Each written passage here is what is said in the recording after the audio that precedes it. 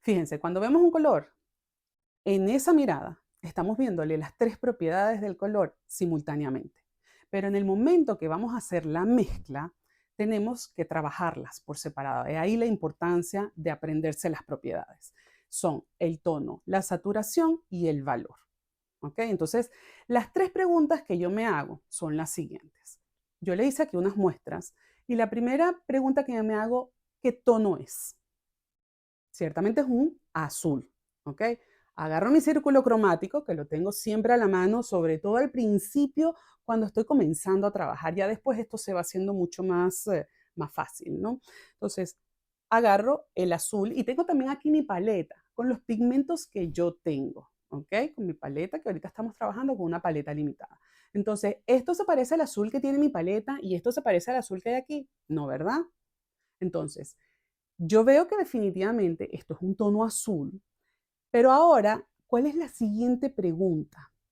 ¿Cuánto le falta o le sobra para llegar al valor de esta muestra? Y la tercera pregunta es cuánto le falta o le sobra a mi mezcla para llegar a la saturación de este color.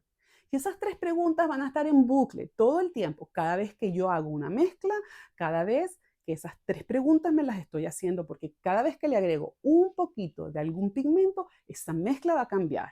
Entonces, como vas a tener otro resultado parecido, similar, pero va a tener otro resultado, tienes que volverte a hacer la pregunta: valor, saturación y tono.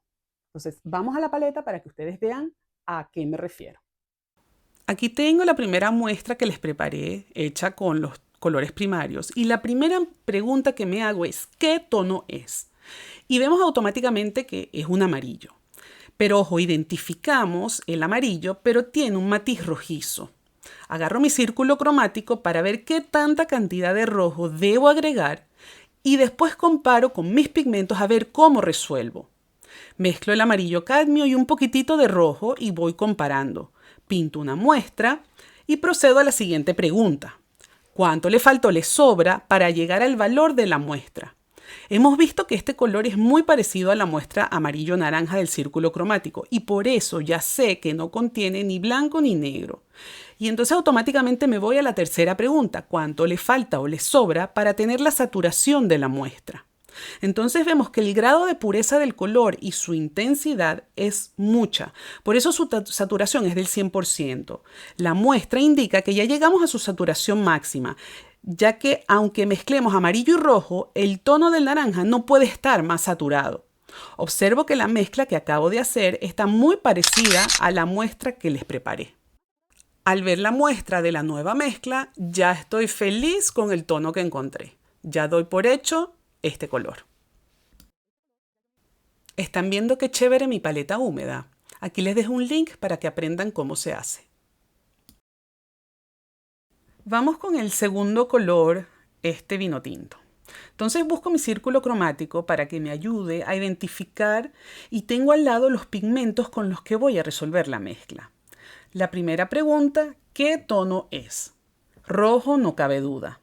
La segunda pregunta es cuánto le falta o le sobra la mezcla para llegar al valor adecuado, porque el valor bajo es lo que resalta. De entrada, dudo si este rojo tiene negro para bajarle el valor o está desaturado y necesito agregarle verde.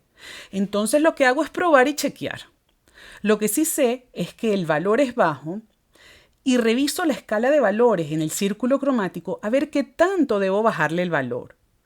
Y veo automáticamente que definitivamente la mezcla va hacia el negro. Comienzo a mezclar con una gotica del pigmento negro y muy poco a poco para no dañar la mezcla. En una cartulina comienzo a hacer mis pruebas para comparar la mezcla de la muestra original. Podemos ir viendo en el video la cantidad de veces que hago estas pequeñas pruebas, a ver cuánto me acerco y repito las mismas preguntas. Ahora, la tercera pregunta de la saturación en este tono no me tocó hacerla porque logré llegar a un color similar sin necesidad de desaturar la mezcla. Solo necesitaba bajarle el valor con negro, cuidando de que el rojo siguiera siendo visible. ¿Qué les va pareciendo esta forma de mezclar los pigmentos? ¿La utilizarías? Cuéntame aquí abajo si te parece más fácil resolver las mezclas con las preguntas de sus propiedades. Me encantaría saber. Vamos con el tercer color, este verde que es un poco más complejo. La primera pregunta, ¿qué tono es?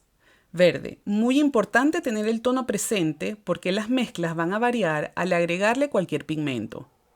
Este verde tiene un matiz amarillento, por eso la mezcla del verde debe tener más amarillo que azul. Y poco a poco voy corrigiendo. La segunda pregunta, ¿cuánto le falta o le sobra a la mezcla para llegar al valor? Observemos que tiene mucho blanco. Comienzo a agregárselo y veo que el verde se modifica un poco y el amarillo comienza a sobresalir. Por eso el tono es importante y tendremos que agregarle azul de a poquito de vez en cuando. También veo que esta mezcla está muy color pastel o con el tinte o brillo muy elevado. Por eso sé que debo de saturarlo. Voy haciendo constantemente pequeñas pruebas de la mezcla para saber cómo voy. Y fíjense que detecté por cómo va la mezcla que necesita desaturación. ¿Y cómo se desatura un color? Quebrándolo o vía su complementario, que en este caso es el rojo. Aquí hay un link si no conoces los colores quebrados que te puede ayudar. La tercera pregunta, ¿cuánto le falta o le sobra a la mezcla para tener la saturación de la muestra? Un poquito nada más y le agrego rojo. En esta mezcla del verde, las tres preguntas comienzan a hacer el bucle hasta llegar al tono adecuado. Por eso están viendo la cantidad de mezclas y la cantidad de ajustes que voy haciendo. Esto es ensayo y error. No se desanimen ya que la práctica hace la experiencia y el ojo se entrena para esta actividad. Con cada práctica se aprende a dominar el color. Y en cuanto a la última mezcla, tenemos un color topo. Le hago la primera pregunta. ¿Qué tono es? Y veo que al no encontrar este color en el círculo cromático, deduzco que es un color neutro. Aquí te dejo un enlace para que aprendas más de ellos. Estos colores surgen de la mezcla de los tres primarios, por eso me verán mezclando mucho para llegar al tono adecuado y haciendo mis pruebas. Comencé preparando una mezcla de estos tres colores en cantidades similares. Después hice la segunda pregunta, ¿cuánto le falta o le sobra para que la mezcla llegue al valor de la muestra? Vemos que tiene un valor alto, o sea, que va hacia el blanco, y lo comienzo a mezclar. Recuerden que al agregar un color, la mezcla se modifica, por eso hay que preguntarse constantemente el tono, valor y saturación. Estos colores pasan a ser algo más complejos si se quiere llegar a un tono exacto, pero aquí vamos.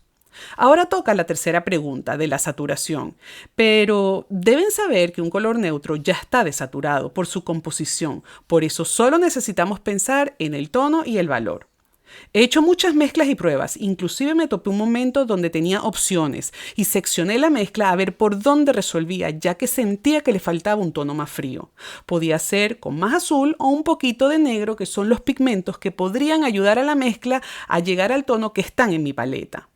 Decidí comenzar con el negro y fue la decisión acertada. Solo quedan 2 toques más de valor y listo. Y aunque me faltó un poquitico para llegar a la mezcla perfecta en este último color topo, siento que lo que sí quedó clarísimo fue la fórmula que yo utilizo para preparar las mezclas, como yo la llamo la mezcla perfecta. Para mí fue un antes y un después descubrir que yo podía llegar a esas mezclas vía las propiedades del color y ver, bueno, ya saben, tono, valor y saturación por separado, pero están todas dentro de un mismo color que estamos viendo. Espero que esto también sea de utilidad para ti. Si llegaste hasta aquí, suscríbete a mi canal, regálame un like y cualquier duda que tengas, pues escríbemela acá abajo.